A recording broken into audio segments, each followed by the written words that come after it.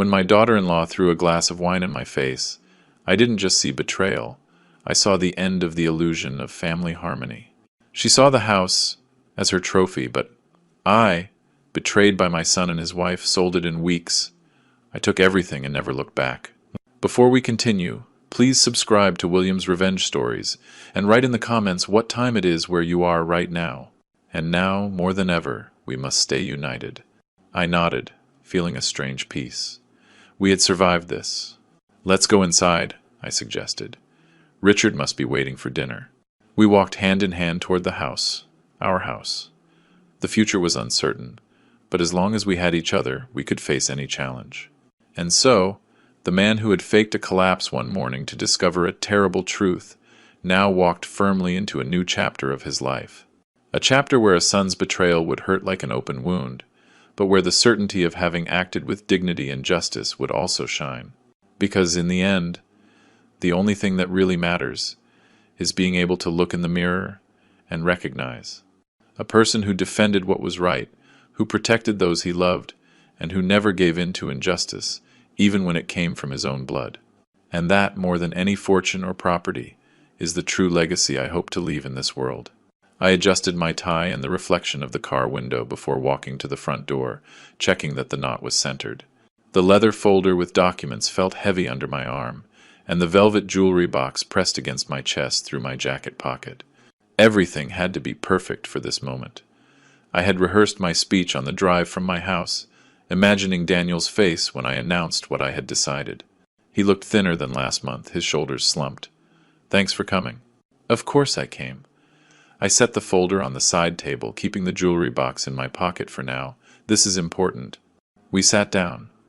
Valerie poured wine into crystal glasses I had never bought, filling hers almost to the brim. Daniel's hands fidgeted with his napkin, folding and refolding the corner. The first course appeared. Had she hired someone to cook? I realized, seeing the professional plating, more expenses. I waited until she finished serving. The moment felt ceremonial, significant. I retrieved the folder and placed it carefully on the table between us, smoothing the leather with my palm. Daniel, Valerie. I wanted tonight to be special. I opened the folder, revealing the property deed on top, my grandfather's signature still visible in faded blue ink at the bottom. This house has been in the family for 3 generations. My grandfather bought it in 1960, when this neighborhood was still being developed. He paid $12,000 for it.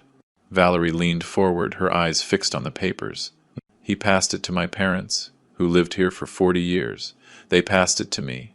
And now, I paused, wanting the words to have the proper weight. Now I am ready to pass it to you, Daniel.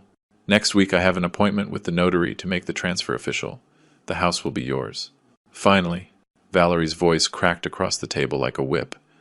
Do you know how long we've been waiting? 3 years, Arthur. 3 years of our lives in limbo. I blinked, confused. Waiting? Valerie, I don't understand. I'm giving you the house to live in, to build your family. Live in it? She laughed, a sharp, shrill sound. We don't want to live here. We want what's ours. I have buyers lined up, $2.1 million. We could finally start our real life. Move to a better neighborhood. But you keep dragging your feet with your sentimental garbage about family traditions. The room tilted slightly. Buyers? You want to sell it? Of course we want to sell it. That's the whole point. She was standing now, her chair scraping backward. What did you think? That we were going to waste our best years in this dated house, in your dated neighborhood, playing happy family? We need that money, Arthur. We've earned it by putting up with your endless delays and your control.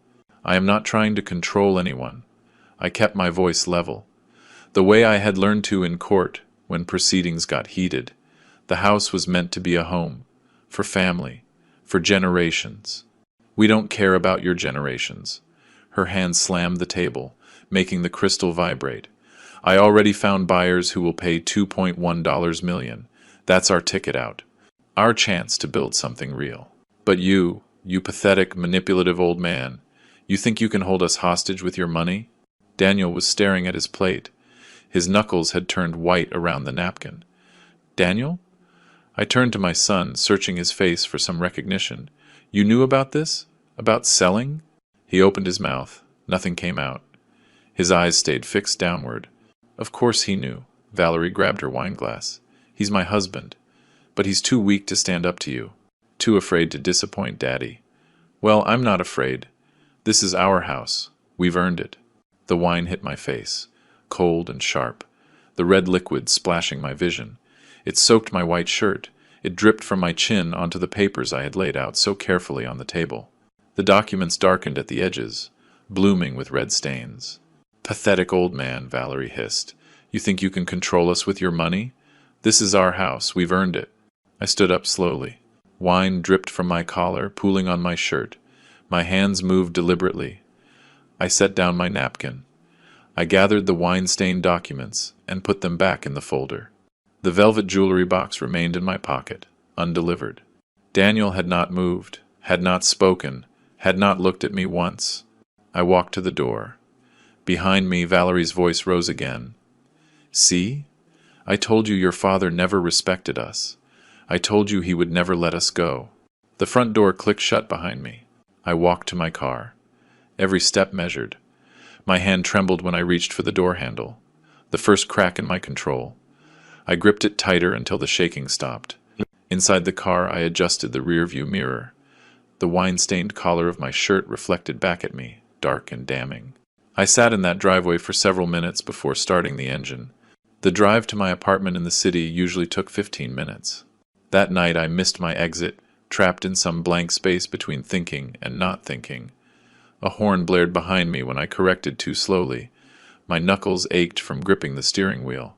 At every red light, I looked at the wine stain spreading across my chest. Dark and sticky. My condo building rose against the night sky, modest compared to the Spanish villa. I had moved here 3 years ago after I retired, wanting something simple, manageable, 2 bedrooms, a balcony overlooking the ocean. Rental furniture I had never bothered to replace. The key stuck in the lock like it always did, and I had to jiggle it twice before the door opened. I didn't turn on the lights right away. I just stood in the entryway, listening to the silence. After a moment, I walked to the bathroom and flipped the switch. The mirror showed me clearly. A 64-year-old man with graying hair, wine splattered across his white shirt like evidence at a crime scene. I touched the stain, felt where it had dried stiff against the fabric. I traced the edge with one finger. My reflection stared back. When had I gotten so old? I couldn't sleep. The wine was completely dry now. The shirt was uncomfortable and tight. I should have changed. I should have thrown it in the wash, but I didn't. Instead, I walked to the balcony and sat in the wicker chair I had bought at a discount store. Below, the ocean moved in the darkness. Waves I could hear, but not see. The wine stain felt like a brand. I kept touching it, confirming it was real. 3 years ago, Daniel had come to my retirement party at the courthouse. 30 years on the bench. They had given me a plaque and a speech about justice and fairness. Daniel had pulled me aside near the end, away from the others. Dad, I know this is a lot to ask, but Valerie and I have hit some financial turbulence. Bad timing on an investment. Could we stay at the house in the wealthy suburb? Temporarily? Just until we get back on our feet. 6 months? Maybe a year? I had said yes before he finished asking. Of course, son. That's what family is for. Don't worry about rent. Just focus on getting stable.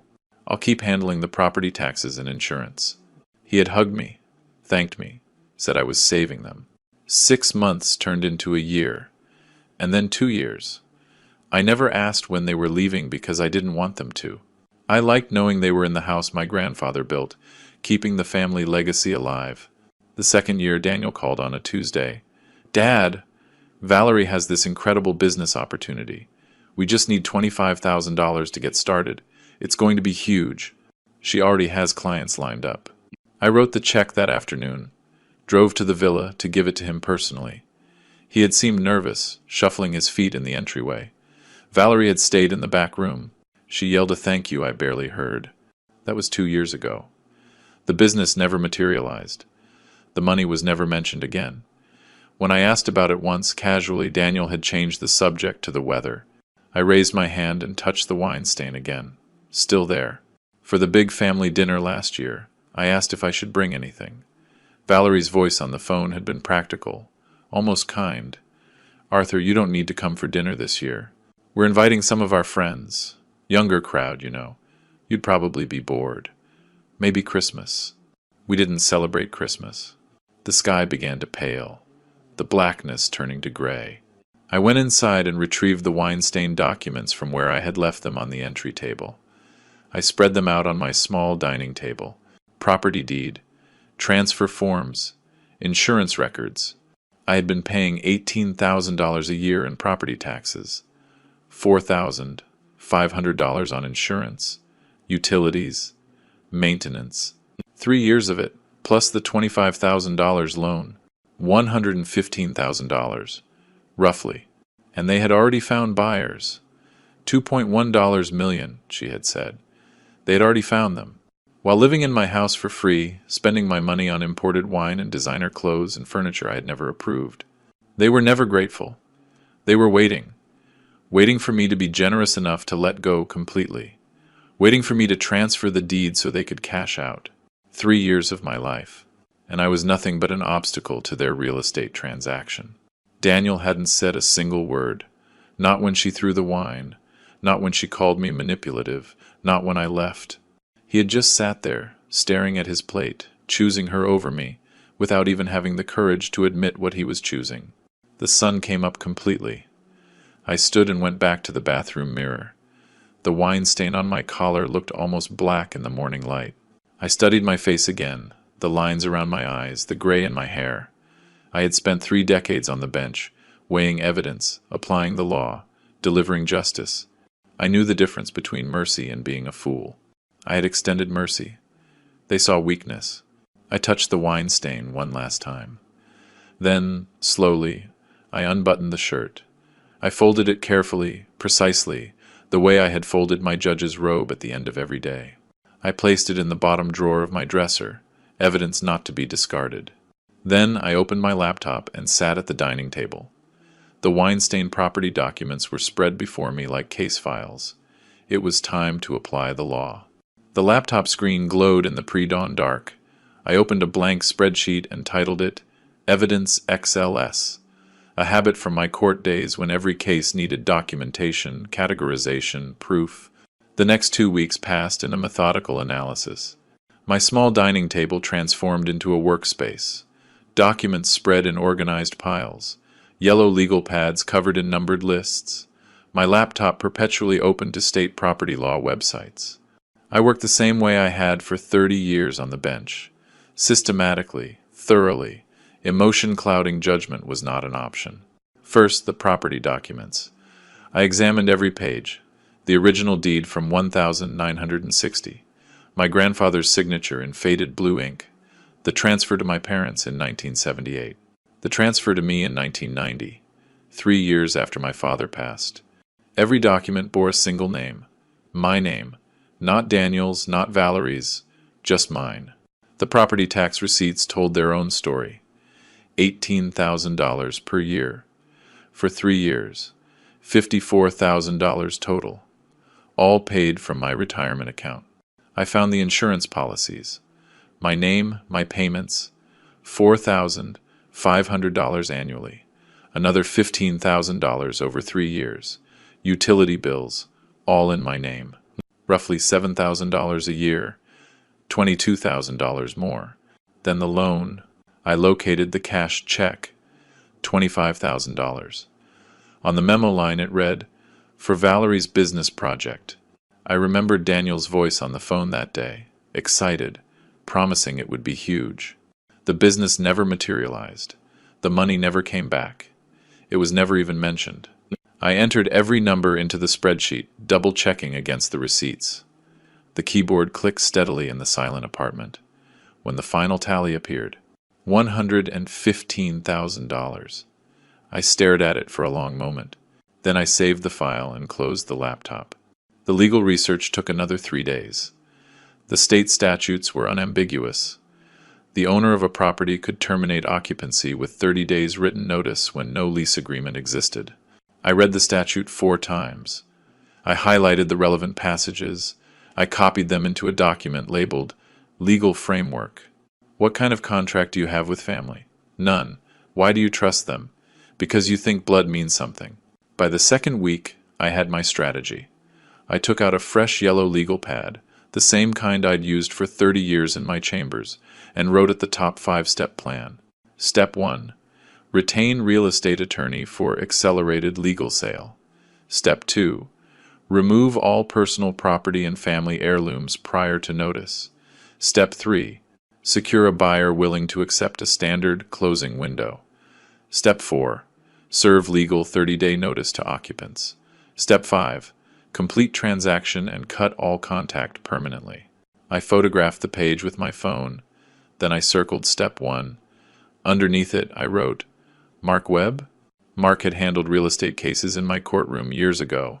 Sharp, efficient, no tolerance for emotional complications. The hardest decision came on day 12. I opened my desk drawer and pulled out my current will. A single page. Simple language. Daniel, sole beneficiary. Retirement fund 340 Investment portfolio 280. Total 620. I picked up my phone and found Diane Morrison's contact. My finger hovered over her name. Estate attorney. Colleague. For 2 decades. Someone who knew my history. I pressed the button. Diane, it's Arthur. I need to revoke my current will and draft a new one. Complete removal of the primary beneficiary. Her pause lengthened. Arthur, that's... Are you sure? Daniel is your only son. Maybe you should wait until... I'm sure. Can you fit me in this week? Friday afternoon? I'll be there. After I hung up, I sat still for several minutes. This wasn't anger. Anger fades. This was the correction of an error. The same process I had applied countless times from the bench when reviewing cases built on false premises. On the evening of the 14th day, I called Daniel's number. It rang 4 times. Went to voicemail. I hung up and redialed. Voicemail. 3rd call. 4th call. Each rejection noted mentally like accumulating evidence. On the 5th try, he answered. Dad, look. I've been meaning to call. I need to pick up some documents from the house. I'll be there on Wednesday at 10 a.m. Please be home. Documents? What documents? Dad, I'm sorry about Valerie. She was upset. She didn't mean. Wednesday, 10 a.m. I ended the call and set the phone down with deliberate care, the same way I closed case files after delivering the final judgment. My hand didn't tremble this time. The shaking from 2 weeks ago was gone completely, replaced by something colder and more durable. I looked at my reflection in the darkened laptop screen. For 30 years, I had maintained composure in court while delivering life-changing sentences. I had mastered the ability to speak with absolute authority, to make people understand just from my tone that the discussion was over and the decision was made. Daniel heard it. That shift, 3 years of softness, patience, fatherly indulgence, erased in 8 words. He knew something fundamental had changed. Good. He should. They both should. I opened my desk drawer and looked at the wine-stained shirt, folded precisely where I'd placed it 2 weeks earlier. Evidence, still preserved, not for sentiment, but for principle. The stain had darkened to almost black, permanent. I closed the drawer and returned to my yellow legal pad. Next to step 1, I wrote, Mark Webb, Monday 9 a.m., and underlined it twice. Monday morning, I dressed as I used to for court. Pressed white shirt, navy tie, charcoal suit jacket. In the bathroom mirror, I straightened the knot until it was perfectly centered. This wasn't casual business. It was a professional engagement. Appearance mattered. I organized the documents in my briefcase by category: property deeds, tax receipts, utility bills, the $25,000 cashed check. The wine-stained leather folder from the dinner went on top. The stains had faded to a brown, but they were still visible, a reminder of why I was doing this. Mark Webb's office occupied the 3rd floor of a building downtown, 10 minutes from the Spanish Villa. The waiting room had modern furniture and walls lined with real estate law books, spines perfectly aligned. Professional, organized, exactly what I needed.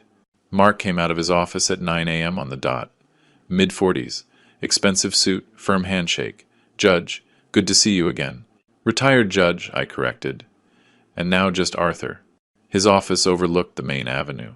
I sat across from his desk and opened my briefcase, laying out the documents one by one. Property deed, tax receipts organized by year, insurance policies, utility statements, the cashed check, each document placed deliberately, creating a visual map of the evidence. I own a house in this neighborhood, I began, using the same tone I'd used for opening statements. My son and his wife have occupied it rent-free for 3 years. No lease exists. It's family.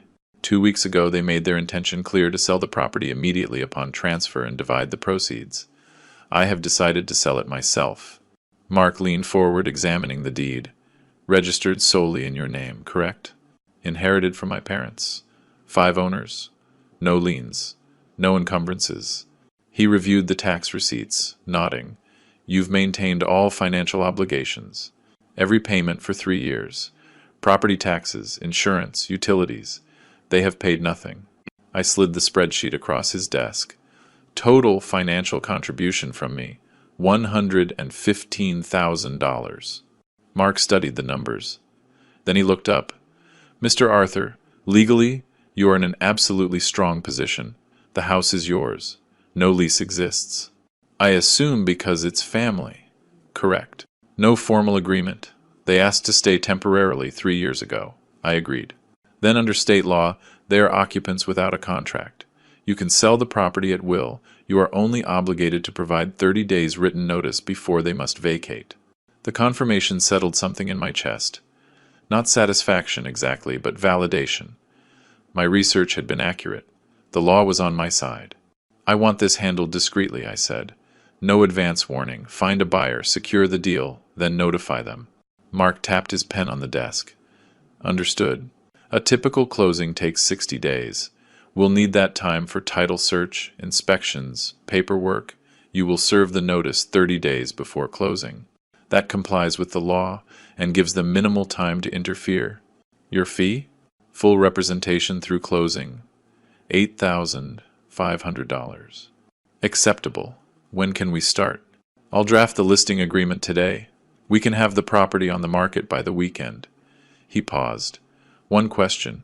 Personal property in the house. Furniture. Belongings. Any concerns there? I had anticipated this. Significant concerns. The house contains valuable pieces that belong to my parents. An antique dining set, roughly $12,000. A collection of rare books. Another $7,000 or $8,000. Paintings. My grandfather's stamp collection. I need to remove them before the sale. You have every right to remove your personal property, but given the tension, I'd recommend doing it carefully. Perhaps hire professionals? Already planned. I'm handling it this week. We shook hands. I left his office with a signed representation agreement and a clear timeline. 60 days to close. 30-day notice to occupants. 90 days total until I never had to see that house. Or them. Again. I spent the next 2 days preparing for the Wednesday visit. I made lists of every valuable item I could remember in the house, particularly in my old study. The room Daniel and Valerie had avoided because it contained old things. My grandmother's mahogany dining set with 8 chairs. My father's law library. First editions of historic cases. Paintings I had inherited. That study held $30,000 in family heirlooms they had ignored for 3 years. Wednesday morning arrived. I drove to the house carrying a camera, a tape measure, and my yellow legal pad. The driveway looked the same, but I felt different pulling into it. No nervousness. No anticipation. Just cold purpose. Daniel opened the door before I knocked.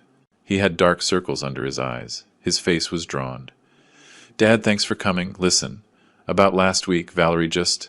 She gets emotional about money, but she didn't mean. Not now, Daniel. I'm here on business. Business? What business? Dad, can we just talk? I walked past him. Where's the key to the study? The study? It's unlocked, but why? I walked down the hall without answering. Valerie's absence registered immediately. She was home. I could feel it, but she was staying in the bedroom. Demonstrative contempt. She couldn't even be bothered to face me. The study looked exactly as I had left it 3 years ago. Mahogany furniture gleaming, books lining 2 walls, Paintings hung precisely where my father had placed them. I put my camera on the desk, and I began to systematically photograph every piece. Multiple angles, close-ups of maker's marks, measurements recorded on my legal pad. Daniel appeared in the doorway. "What are you doing?" I didn't look up. "Inventory of personal assets. These items belong to me. I have every right to document my own possessions." "But why now? What's going on?" "I'm clarifying ownership.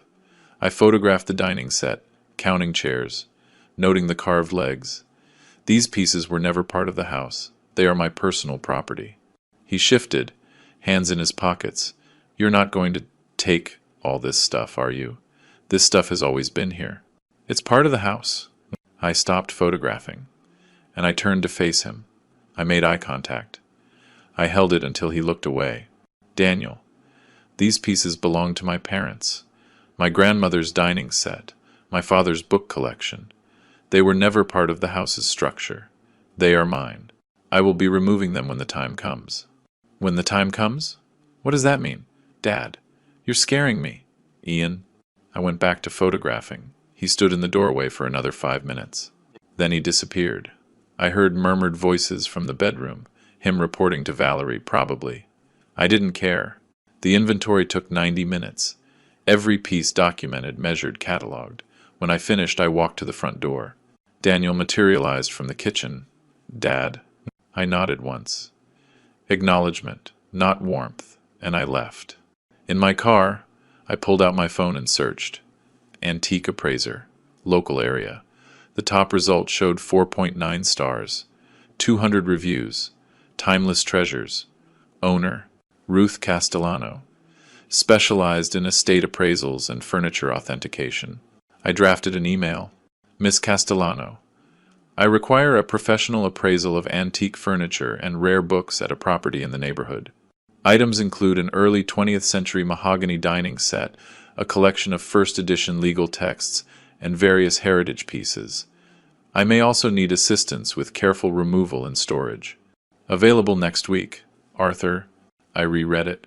I deleted my son and his wife currently live there and replaced it with nothing. Sent. Driving home, my phone pinged. Ruth's reply. "Mr. Arthur, I'd be happy to assist with your appraisal. I can schedule a visit next week. Would Tuesday morning work for you?" I pulled over and typed. "Tuesday at 10 a.m. I will coordinate with the current occupants." Not my son. Occupant. I sent the message and pulled back into traffic. Heading for my apartment. Step 2 was moving exactly as planned. The following Monday morning, I arrived at the house 10 minutes before Ruth. I had told Daniel it was a professional appraisal for insurance purposes. Plausible, not alarming. He had agreed nervously over the phone, promised he and Valerie would stay out of the way. Ruth's van pulled into the drive at 10 a.m. exactly. She stepped out wearing simple linen trousers and a crisp white blouse, her silver hair pulled back in a sleek, low bun. She carried a leather tool case in one hand and a tablet in the other. Everything about her movements suggested quiet competence. No rush, no hesitation. Daniel opened the door before we reached it. "Good morning. You must be the appraiser." He extended his hand. Ruth shook it briefly. "Ruth Castellano. I'm here to assess heritage pieces for Mr. Arthur. Professional, polite, nothing more." Valerie appeared behind Daniel, dressed carefully, in a way that suggested she had spent time preparing. "Hi, I'm Valerie, Daniel's wife. We live here." She smiled, extending her hand with exaggerated warmth. "It's such a beautiful home, isn't it?" Ruth's handshake was even shorter. "Ruth Castellano." Then she turned to me. "Shall we begin, Mr. Arthur? I'd like to examine the mahogany set first while the morning light is optimal." Valerie's smile faltered. I led Ruth to the study, leaving Valerie standing in the hallway, dismissed not with rudeness, but with professional focus. In the study, Ruth set down her case and pulled out a pair of white cotton gloves. She put them on before she touched anything. The gesture impressed me. Reverence for the objects. Respect for preservation. She ran her gloved hand along the edge of the dining table, examining the carved details. Then she knelt, using her phone's flashlight to check for maker's marks underneath. Caribbean mahogany, she said softly, her fingers tracing the wood grain. Hand-carved details. Original finish. You can see the joinery technique here. 1,920 seconds craftsmanship. She pulled out a small jeweler's loupe, examining the carving more closely. Pre-revolutionary Cuban work. This is extraordinary. It was my grandmother's, I said. She brought it from Havana in 1959. Ruth Mamiru. Then it's not just valuable monetarily, it's irreplaceable. She photographed the set from multiple angles, tapped notes into her tablet. Current market value, $15,000 to $18,000, possibly more to the right collector. But I suspect you're not interested in selling. Not yet. She moved to the bookshelves, running a gloved finger along the spines. When she reached my father's legal collection, she paused. She carefully removed one volume. First edition, Blackstone's Commentaries, 1,803. She opened it at the spine's natural breaking point. Photographed the title page.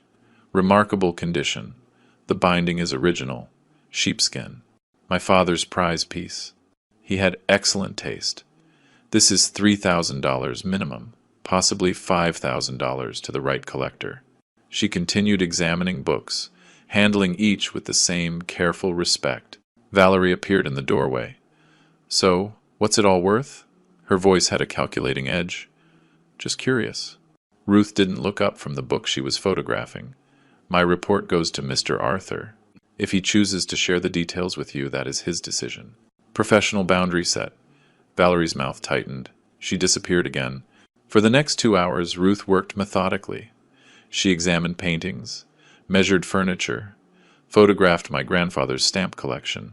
Every item documented with photos, measurements, condition notes. At one point, I found myself alone with her in the study. Daniel had retreated somewhere. Valerie had stopped hovering. Ruth paused. She looked at me directly. Mr. Arthur, may I ask something? Her voice was soft but curious. Why are you appraising your own possessions in what appears to be your own home? I hesitated. Something in her directness, her lack of judgment, made me answer honestly.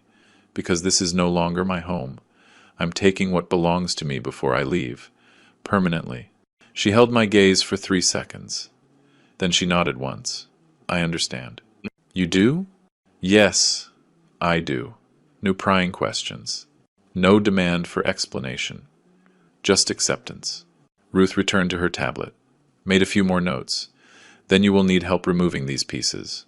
They are fragile, valuable, and based on the tension I'm sensing here, you'll want this done discreetly, quietly. Am I correct? Very correct. I have a professional team. We can do it in 1 day when the house is empty. Climate-controlled truck, proper equipment, secure storage. She looked at me. If you trust me. I studied her face, the quiet intelligence in her brown eyes, the steadiness of her posture. 3 years of manipulation had taught me to recognize genuine transparency. I saw it here. How much? $3,000 for the move and the first month of climate-controlled storage. If you later decide to sell through my gallery, I charge the standard 20% commission. No pressure to sell. No hidden fees. She stated the terms without hesitation. Clear, direct. That seems fair. Ruth nodded. I'll need 1 day's notice to arrange the team. You tell me when. We moved to the living room to finish the assessment. When Ruth completed her work, she handed me her business card. Simple, elegant design. Timeless treasures. Ruth Castellano. Estate appraisals and authentication. At the door, she paused. Mr. Arthur, I don't know your full story. I don't need to, but I recognize someone protecting what is rightfully theirs. That takes courage. Or stubbornness. She smiled slightly. Sometimes they are the same thing. After Ruth left, I drove back to my apartment. That evening, an email arrived. I opened the attachment, a full PDF report. Every item photographed, appraised, with detailed condition notes and market values. Completely professional. Then I scrolled to the bottom. A handwritten note. Scanned. If you ever need someone to just talk to, my door is open. I know what betrayal from loved ones feels like. I survived it. You will too, Ruth. I stared at that note for several minutes, Someone saw it. Someone understood. For the first time in weeks, the cold determination inside me thawed, slightly. It wasn't weakness, just the recognition that I wasn't completely alone in this. I picked up my phone, started to type a reply. Then I stopped, put the phone down. I walked to my balcony overlooking the ocean. The waves moved in the darkness below. Ruth's words echoed. I survived it. You will too. Maybe I would. 2 weeks later, Mark called. Arthur, I have good news. A couple from up north, nearing 60, looking for a retirement property in the state. They love the Spanish architecture. They're offering $1.82 million. That's below market, I said, even though I knew it didn't matter. By $30,000? Yes, but they're waiving inspection, paying cash, willing to close in 60 days. It's a clean deal. I'll take it. Excellent. Come in tomorrow to sign. I'll prepare the official notice for Daniel and Valerie. They'll receive it on Monday. Immediately grab the Mia hooch. Can you move everything this Saturday? Before the notice is delivered? Absolutely. I'll arrange it. Then I dialed Daniel. He answered on the third ring. Dad, I need to pick up personal items from the house on Saturday. I'll have a moving truck from 9 a.m. to 3 p.m. It would be easiest if you weren't there. Personal items? What items? Dad, I don't understand. I heard movement, then Valerie's voice breaking in. She had grabbed the phone. You can't just come here and take our things. This is our home. Valerie, they are my belongings from my house. You will receive a detailed list.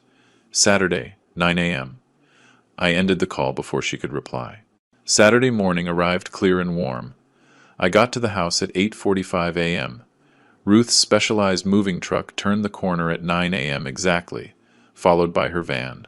3 men got out, all in matching uniforms. Professional movers, not day laborers. Ruth carried a clipboard. Daniel opened the door. His face looked drawn.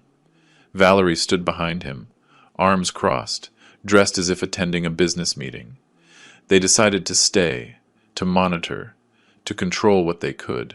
Good morning, Ruth said pleasantly. We'll work as quickly as possible to minimize the disruption. She handed Daniel a document. This is the inventory we will be removing. Everything listed was previously documented and photographed as Mr. Arthur's personal property. Daniel took it, his hands shaking slightly. He scanned the pages. 3 pages, single-spaced, photos attached, his mouth opened, closed. Ruth's team started immediately. They moved with practical efficiency. Furniture dollies, protective blankets, careful maneuvering. One man individually wrapped each leg of the mahogany dining chairs. Another used archival boxes for the rare books, placing acid-free tissue between volumes. Valerie followed them, her voice rising. That table has been here for years. It's part of the house. You can't just take it. Ruth turned to her, expression neutral. Ma'am, this furniture is documented as the owner's personal belongings. Each piece was inherited from his parents. You have no legal claim. I'll call the police. Please do. Ruth's voice remained calm. I have the full documentation, the signed inventory, and proper authorization. The officers will confirm we are operating legally. Valerie didn't call. She continued to follow the movers, her protests growing shriller as the truck filled. Daniel remained in the hallway, still as a statue, watching his grandfather's furniture disappear. He looked at me once. I met his gaze. He turned away. The operation took 4 hours. Mahogany dining set, book collection, paintings, tools from the garage, photo albums I had stored in a closet. My father's desk, everything on the list, nothing beyond it. When the last box was loaded, I walked over to Daniel. I handed him a sealed envelope, a complete inventory of everything removed.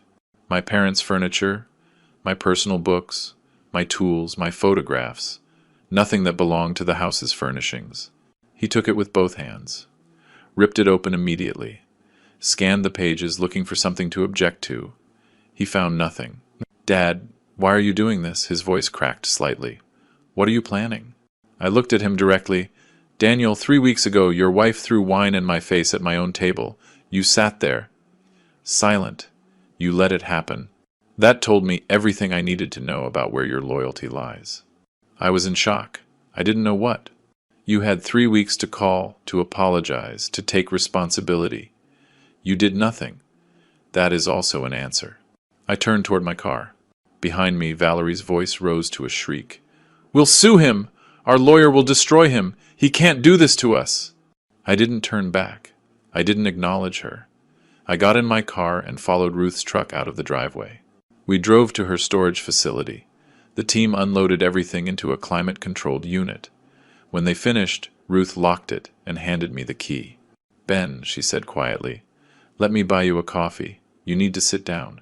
We drove to a small cafe, found a table on the terrace overlooking the bay. Ruth ordered for both of us. She seemed to sense I couldn't make even small decisions right then. When the coffee came, she reached across the table and covered my hand with hers. You handled that with remarkable composure, but I saw your face when Daniel just stood there, not defending you.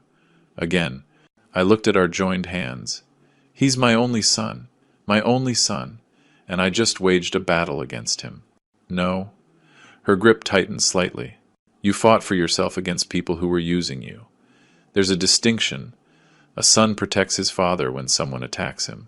Daniel hasn't been your son in a long time. The words hurt because they were true.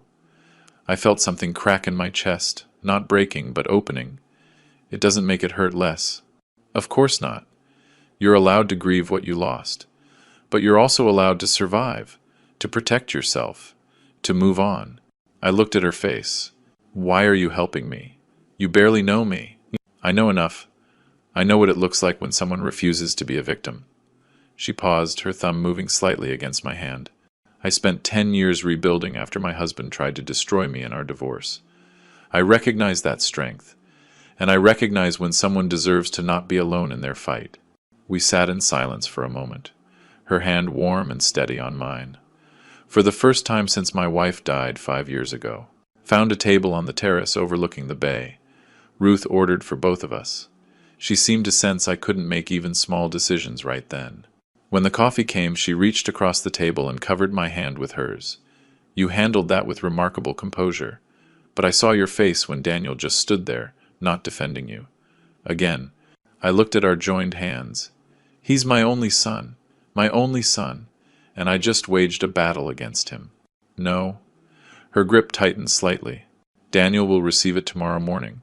Let me know if there are problems. I typed back. He won't. Tomorrow, Daniel would find out the house was sold, that he had 30 days to leave. Tomorrow, the final phase would begin. But tonight, I had Ruth's warmth still lingering on my hand, and that made all of it bearable. Monday morning, May 19th. I was making a latte when my phone rang. Mark, it's delivered, he said. Courier confirmed signature at 10:03 a.m. Daniel signed for it. J.M., why are you helping me? You barely know me. I know enough. I know what it looks like when someone refuses to be a victim. She paused, her thumb moving slightly against my hand. I spent 10 years rebuilding after my husband tried to destroy me in our divorce. I recognize that strength, and I recognize when someone deserves to not be alone in their fight. We sat in silence for a moment, her hand warm and steady on mine. For the first time since my wife died 5 years ago. 3 more calls from Valerie in the next 10 minutes.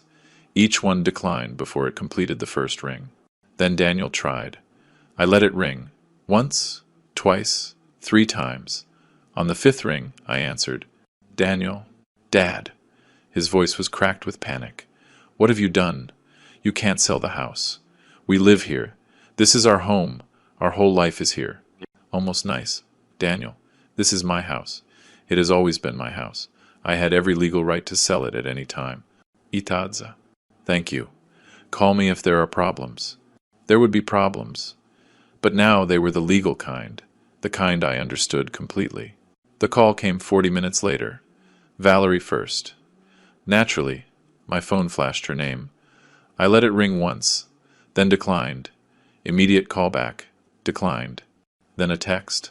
All caps. You won't get away with this. We will sue you. This is our house. I watched the message turn to read but did not reply. Or 3 weeks ago when your wife threw wine in my face at my own dinner because I wasn't transferring the deed fast enough. Silence. Then a fumbling sound. The phone changing hands. You are a pathetic, cruel old man. Valerie's voice raw with rage. We wasted years of our lives in this house. Years, taking care of it, living in your shadow. You owe us. You owe us this house. I smiled, though she couldn't see me. Taking care of it. Valerie, I paid every bill, property taxes. You have received the proper 30-day notice. That is more than sufficient under state law. But where will we go? He was breathing hard, the words tumbling out. We have nowhere to go, no plan. How can you do this to us? That should have been your question 3 years ago when you decided to live in my house rent-free, or a year ago when you borrowed $25,000 and never mentioned repayment, $18,000 a year. Insurance, $4,500 a year. Utilities, roughly $7,000 a year. For 3 years, that adds up to over $115,000. You paid exactly zero, so no. I don't owe you anything. You have 30 days. I suggest you use them productively. I ended the call. I opened my contacts. Found Daniel's name. Press block this caller. Then I did the same for Valerie. 2 taps. Years of manipulation over. I placed the phone face down on my kitchen counter and went back to my coffee. Translation. Someone willing to file frivolous lawsuits for a retainer. Kessler charged $5,000 up front. They paid it, adding to their growing financial crisis. Mark called me Thursday night. They filed an emergency injunction, claiming verbal contract, detrimental reliance. It's weak, but there's a hearing scheduled for June 9th. Will it delay the closing? Potentially. If the judge grants a temporary stay pending the full hearing, our buyers are nervous. We'll handle it, I said. I know how to prepare for court. That same week I saw Ruth almost daily. Coffee on Tuesday at a cafe overlooking the marina. Wednesday lunch at a small bistro. Thursday we walked through the botanical gardens, talking about everything except the house sale, her years rebuilding after the divorce, my judicial career, books we had read, places we wanted to see. Friday night, after she closed her shop, we met at a waterfront restaurant. We sat on the terrace as the sun began its descent into the bay, painting the water in shades of amber and rose. Ruth reached across the table, covered my hand with hers. The gesture was deliberate, gentle. I turned my palm up, receiving her touch. Arthur, I don't know what comes next for you, she said softly. The sale? What happens after? Where life takes you? But I want you to know something. You're not alone. Not anymore. A lump formed in my throat. Ruth, I mean it. Whatever you need. Someone to talk to. Someone to just sit with. Someone who understands what betrayal feels like. I'm here. I'll be here. I squeezed her hand, unable to speak for a moment. When I found my voice, it came out rough. I know, and it means more than I can say.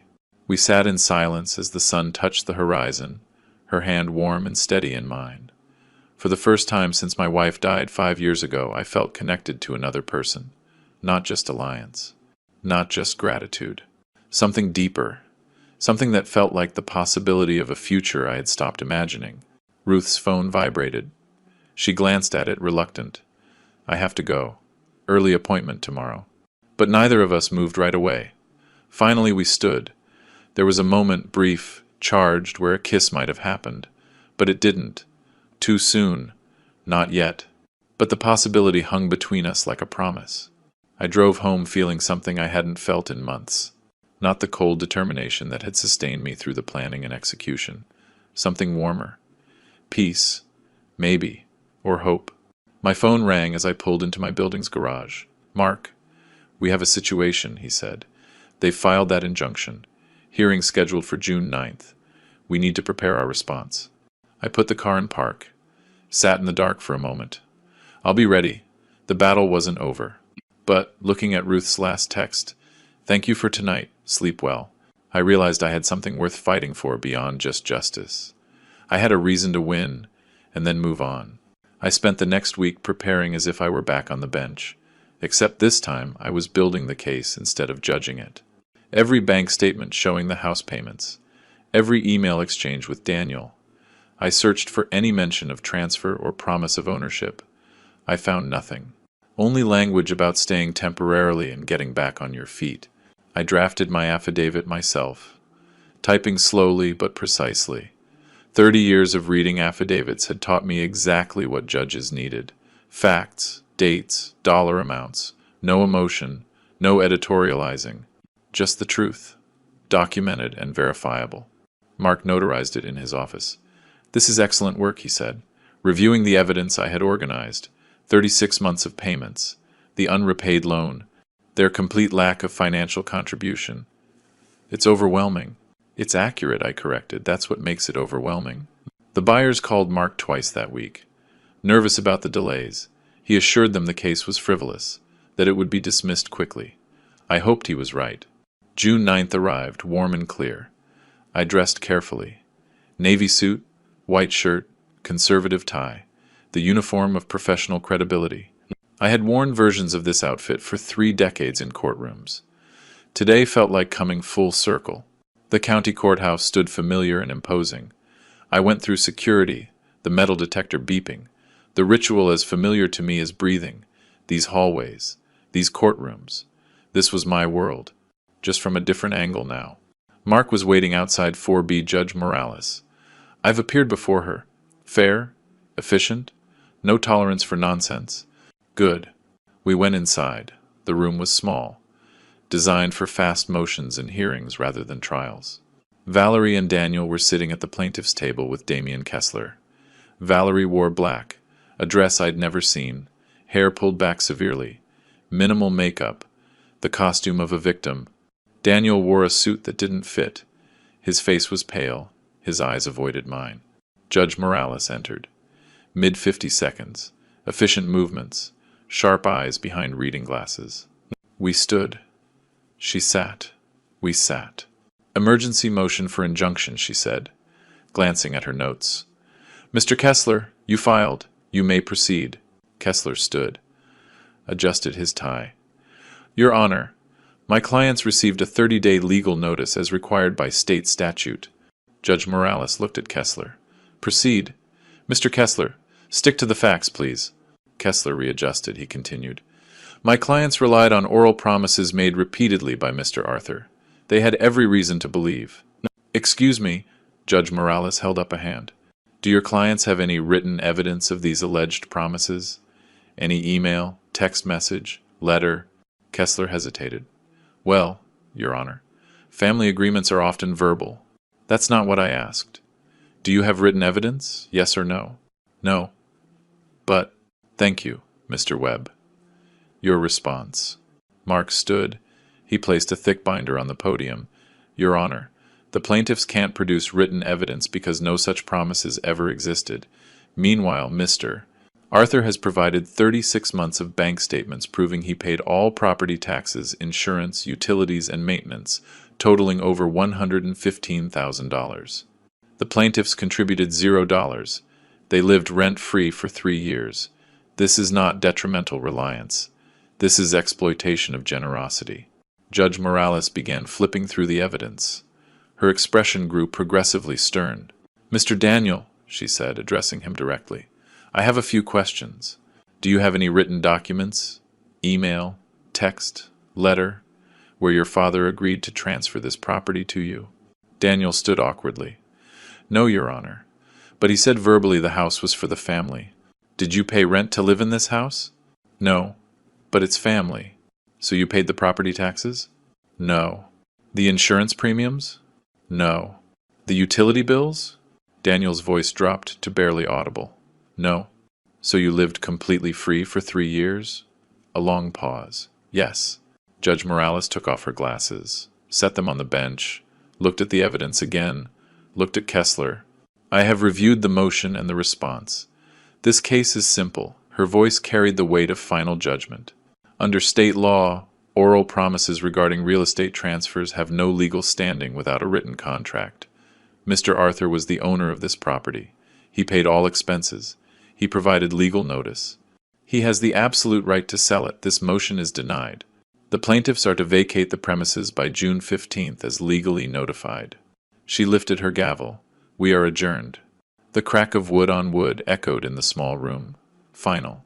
Irreversible. Valerie made a sound. Choked. Disbelieving. Daniel's head dropped. Kessler tried to speak, but Judge Morales had already stood and walked out the door to her chambers. Outside, on the courthouse plaza, Valerie lost what control she had left. She lunged at me, her heels clicking rapidly on the concrete.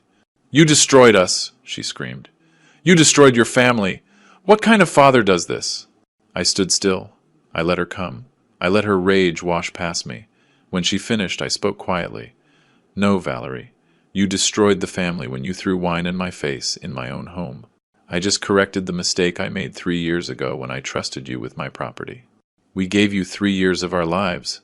I gave you $115,000, a home, and unconditional support. You gave me contempt. I'd say you got the better deal." Behind her, Daniel walked up slowly. His voice broke. "Dad, please, we have nowhere to go. No savings.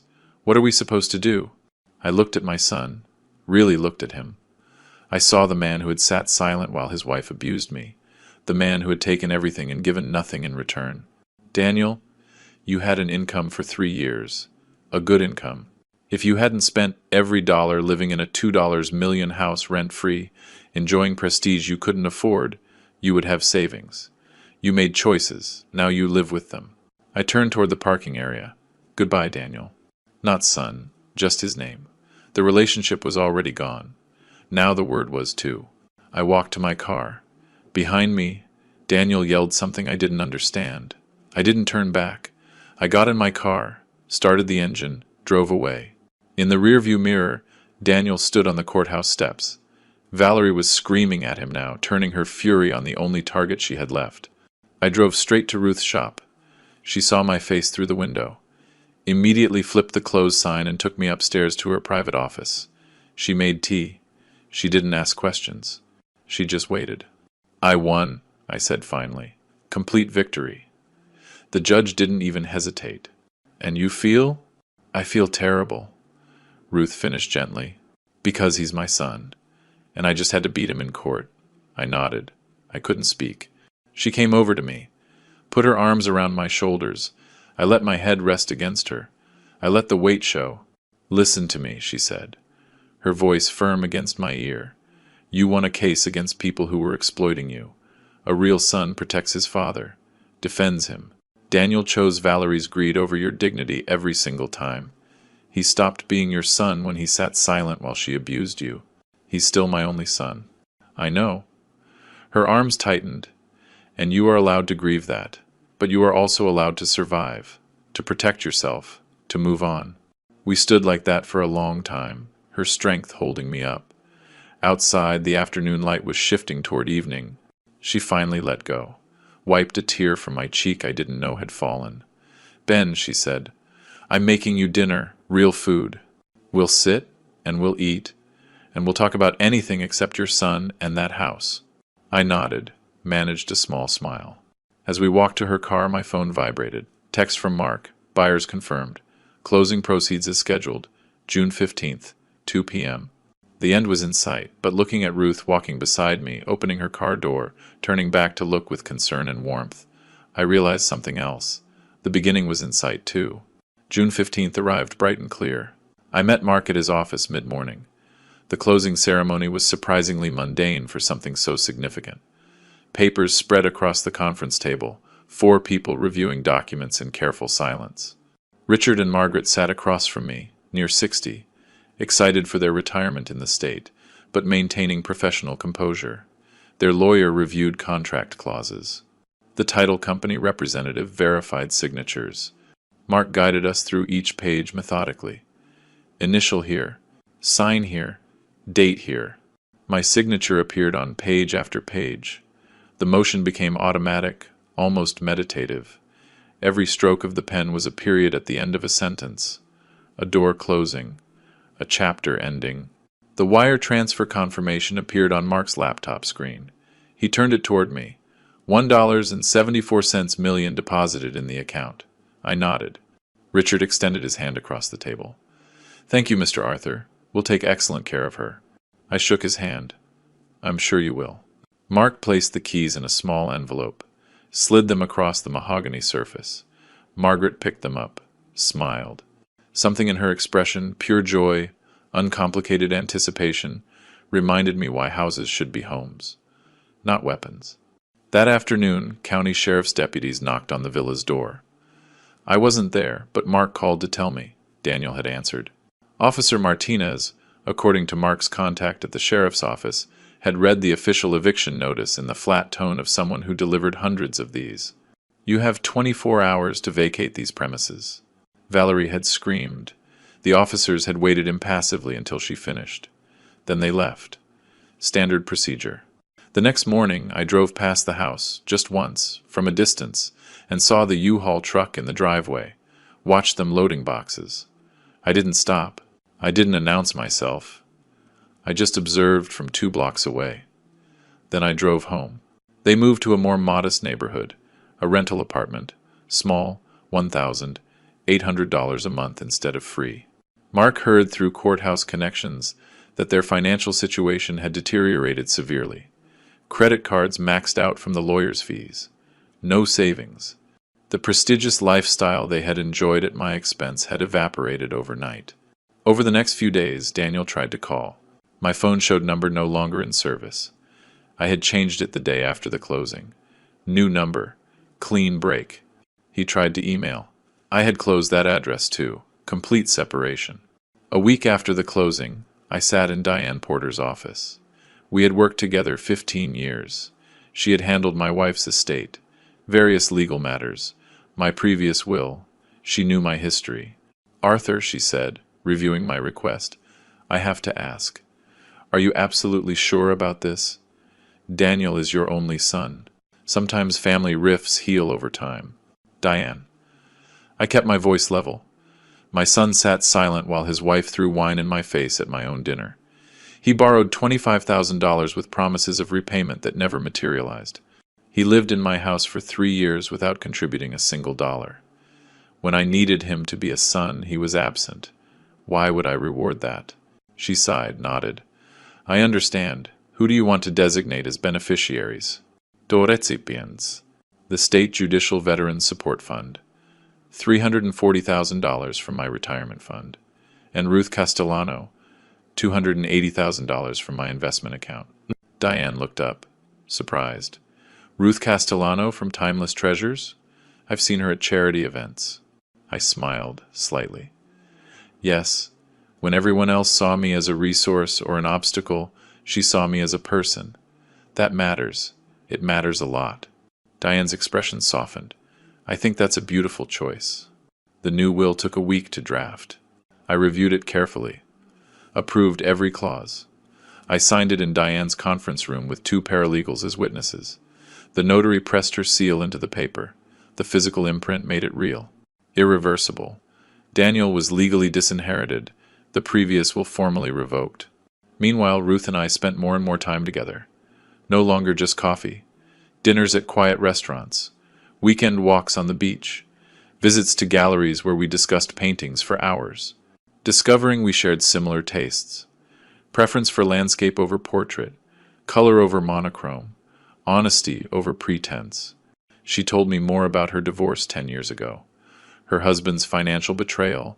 The brutal legal battle. The years rebuilding her business and her trust. I shared more about my late wife. The gradual erosion of my relationship with Daniel that had started years before Valerie. My regret at not seeing it sooner. In late June, Ruth arranged for me to meet her son, David. Lunch at a bistro. He was 40, software engineer, smart and warm, protective of his mother, but not hostile. At one point, while Ruth was in the restroom, David leaned forward. I'm going to be direct. My mom went through something terrible with my father. It took her a decade to rebuild. She's been alone because she's cautious. If you're with her, treat her right. It's my intention.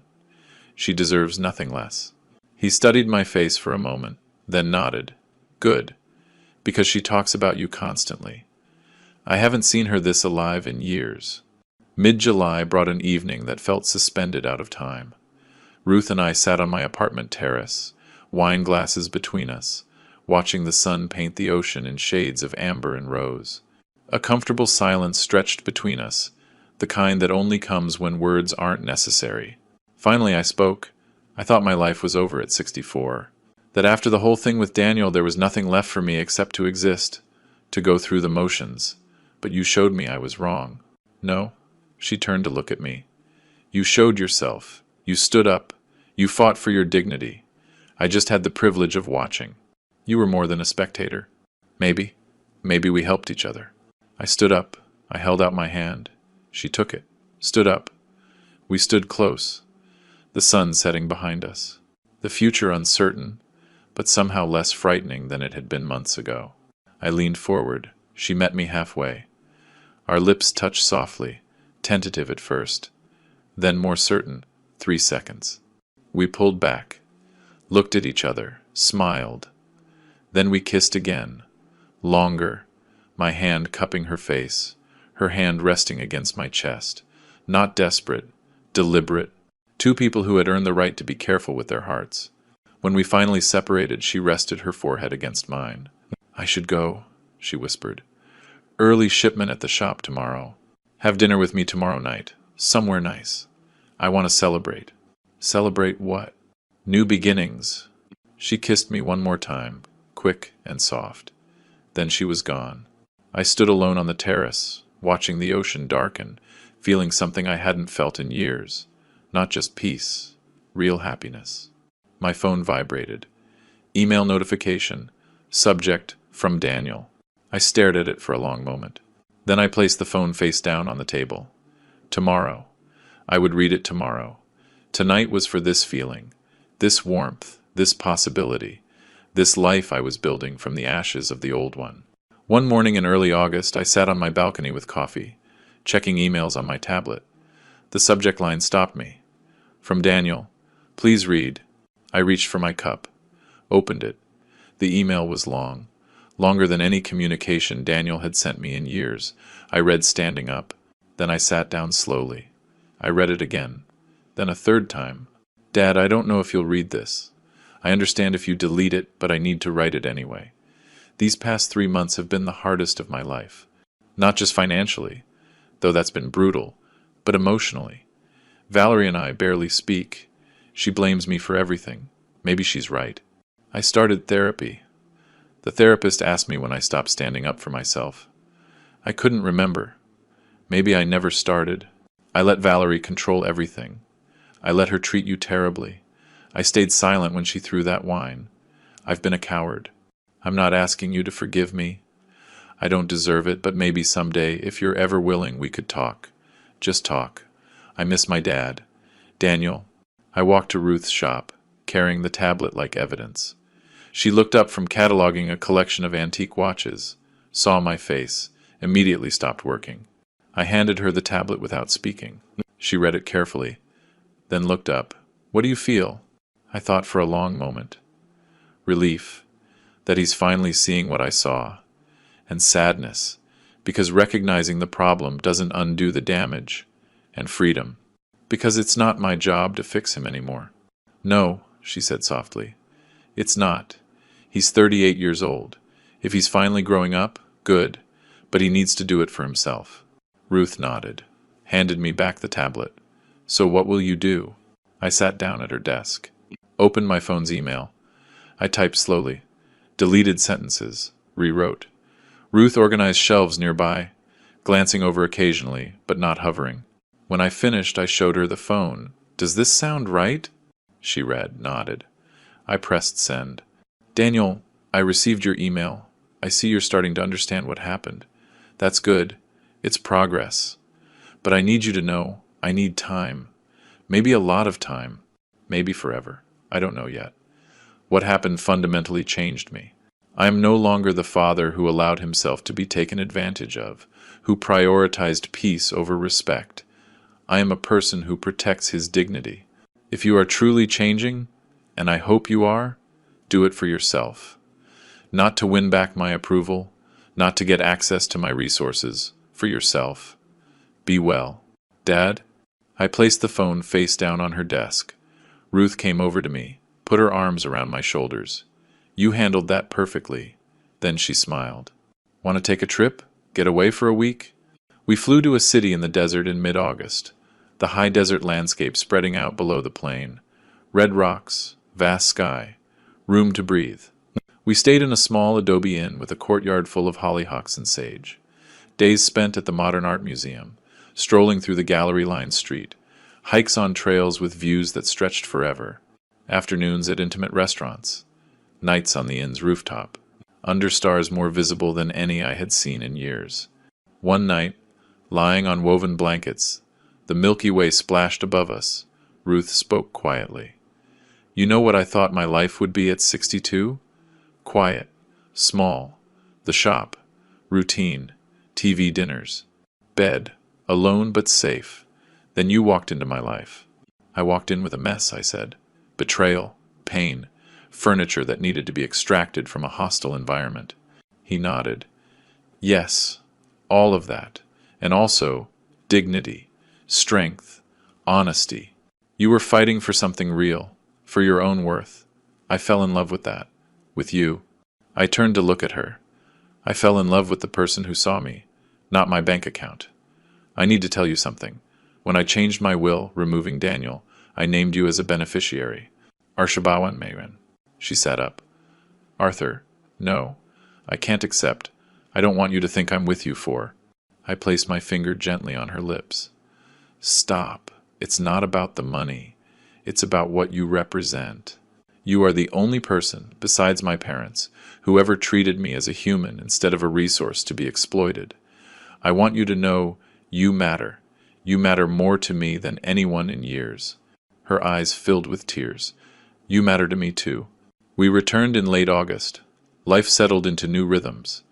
I sold the remaining antiques through Ruth's shop, earning $45,000. I invested the $1. $74 million from the house sale into a diversified retirement portfolio with a financial advisor Mark recommended. I started volunteering at the Legal Aid Society, offering free consultations to elderly clients. One afternoon, an older woman sat across from me, worry lining her face. "My grandson keeps calling," she said. "He says I should put my house in his name for tax reasons, but something doesn't feel right." "Trust that feeling," I told her. "That's a common manipulation tactic.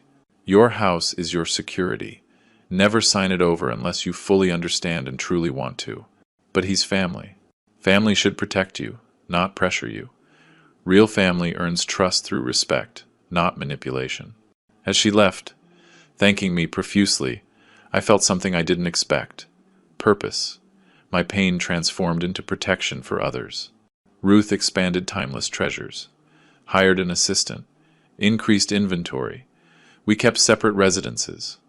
We both valued our independence, but we spent 5 or 6 nights a week together. One evening in late August, we sat on my apartment balcony, stars emerging over the ocean, a comfortable silence between us. "Do you ever have regrets?" Ruth asked quietly. "About Daniel, how it all turned out." I was silent for a long time, watching the water. I regret that the son I raised, or thought I raised, disappeared somewhere along the way.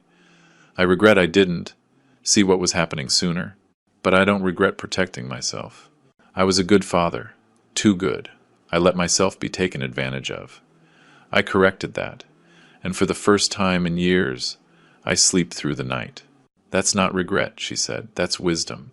Maybe they're the same thing." I thought about the strange math of life. I had lost a son, but I had found myself. I lost a house, but I found a home. Not in walls, but in the woman sitting next to me. I lived 64 years thinking I knew what family meant. It turned out family isn't blood. Family is who respects you when it's inconvenient, who stands with you when it's hard, who sees you, not your resources. Valerie was somewhere in a modest neighborhood, in a rental apartment, probably still thinking of herself as a victim. Daniel was there too, finally growing up, possibly too late for our relationship, but hopefully not too late for himself. And I was here, on this balcony, holding the hand of a woman who treated me with dignity. I had won, not because I had destroyed someone's life, but because I had rebuilt mine. I smiled. Ruth smiled back. We didn't say it out loud, but we both knew. This was a real happy ending, not a fairy tale, a real one, where the hero chose himself, protected his dignity, set boundaries. He found love not through rescue or drama, but through mutual respect between two people who had survived betrayal and learned what truly mattered. The ocean moved in the darkness below. The stars wheeled above us. Ruth's hand warm in mine. Justice achieved, life rebuilt, peace earned. I had spent 30 years on the bench delivering verdicts. Now I had delivered one for myself. I deserved better. And I had made it happen. The rest was just living. And that, finally, was enough. If you like this story, please like this video, subscribe to William's Revenge Stories, and share your thoughts on this story in the comments.